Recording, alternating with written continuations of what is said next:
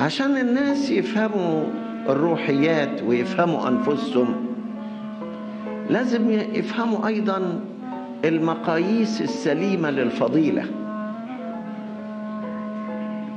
ما معنى القوة؟ ما معنى الحرية؟ ما معنى الشجاعة؟ ما حدود الشجاعة؟ ما معنى الإصلاح في الكنيسة؟ ما حدوده؟ من الذين لهم حق التدخل في الأمور؟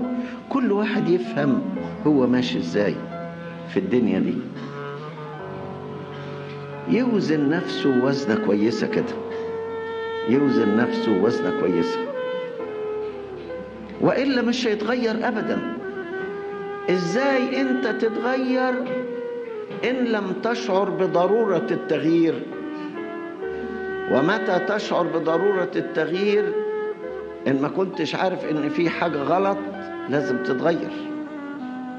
ولهذا نجد ناس طبعهم هو من قيمة 10 سنين أو أكتر، عاداتهم هي من قيمة سنوات طويلة، اللي فيهم هو اللي فيهم،